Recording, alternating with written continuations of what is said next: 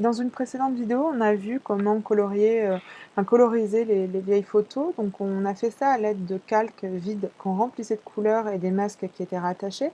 Cette fois-ci, c'est la même chose, sauf que pour coloriser notre image, on va non pas remplir des calques vides de couleurs, mais on va passer par les réglages. Donc on va ouvrir notre extension MiniBridge. Donc là, on va récupérer le dossier, enfin le fichier qu'on avait pour pas avoir à recréer à chaque fois nos sélections. Donc on va se servir des masques pour recréer des sélections.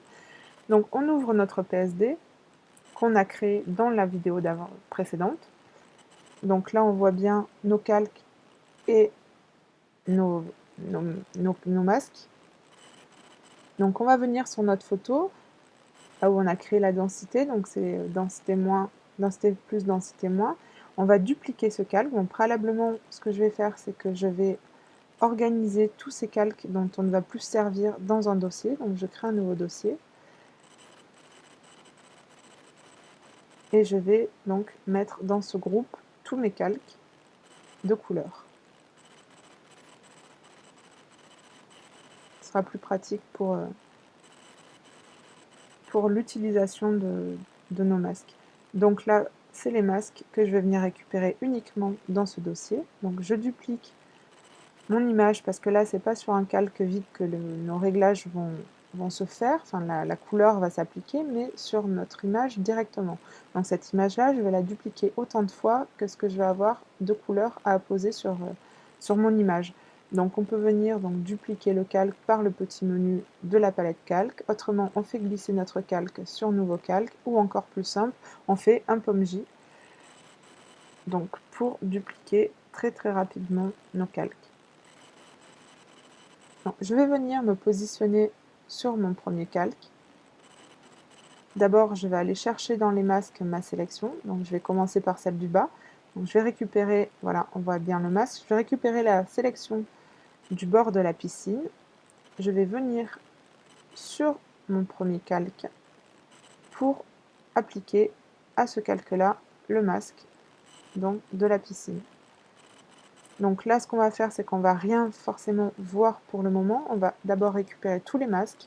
On va ensuite enlever, cliquer sur l'œil du groupe pour plus le voir. Donc on va retrouver notre image en noir et blanc. Et ensuite, à chacun de mes calques, je vais venir appliquer un réglage de couleur. Donc là, on voit bien qu'avec la touche pomme et je clique à l'intérieur du masque, je définis une sélection. Je garde cette sélection, je me mets sur mon calque et j'applique mon masque. Donc on fait ça pour tous les calques. Voilà, je crée un masque avec ma sélection et je réitère l'opération plusieurs fois.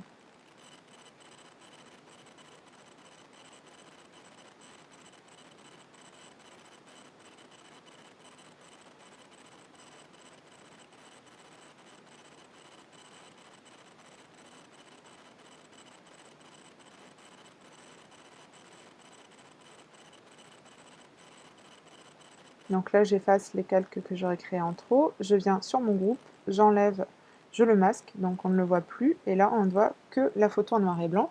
Je me positionne sur mon premier calque, donc je vais venir, donc ça c'est la margelle, dans Image Réglage, Balance des couleurs. Et c'est ici où je vais, là on ne le voit pas trop, mais on le verra un peu plus sur le reste des calques. Donc je vais choisir ma couleur. Et on voit que c'est non plus un calque vide qui a été rempli de couleurs, mais c'est ma photo qui a été dupliquée et qui se met donc grâce au réglage dans une couleur choisie. Donc là on va voir un petit peu mieux, on va voir toujours pareil, image, réglage, balance des couleurs. Là on va définir la teinte de la peau, donc du jaune et du rouge. Alors en sachant que c'est pas seulement nos parties du corps qui ont été mises en couleur, mais c'est l'intégralité de notre calque qui, grâce à notre masque, laisse apparaître seulement les parties de la peau du modèle.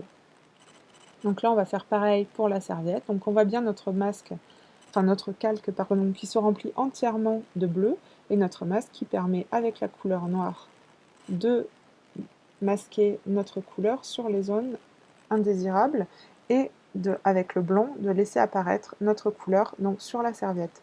On fait pareil avec le maillot.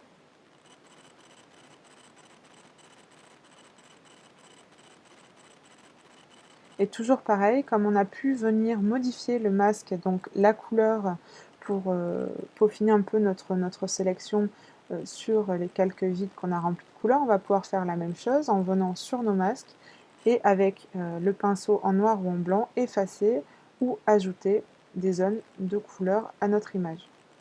Étant donné qu'elle est entièrement en couleur, ça fonctionnera aussi, ça fonctionne vraiment comme notre calque qu'on aurait rempli de couleurs. Là c'est pareil, notre image est remplie de couleurs, donc on peut venir sans aucun souci avec le masque modifier notre couleur, enfin nos zones colorées.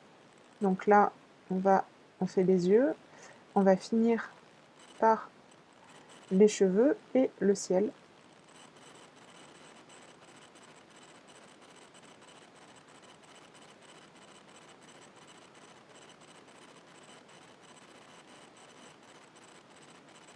Donc cette technique est assez rapide, tout aussi rapide je trouve que l'autre, mais elle va nous donner un résultat peut-être un peu plus foncé, étant donné qu'on n'est pas avec des calques en lumière tamisée. Donc voilà. Donc ça y est, notre photo a été modifiée et on a pu voir avec ces deux vidéos les deux façons de rajouter de la couleur sur une image en noir et blanc.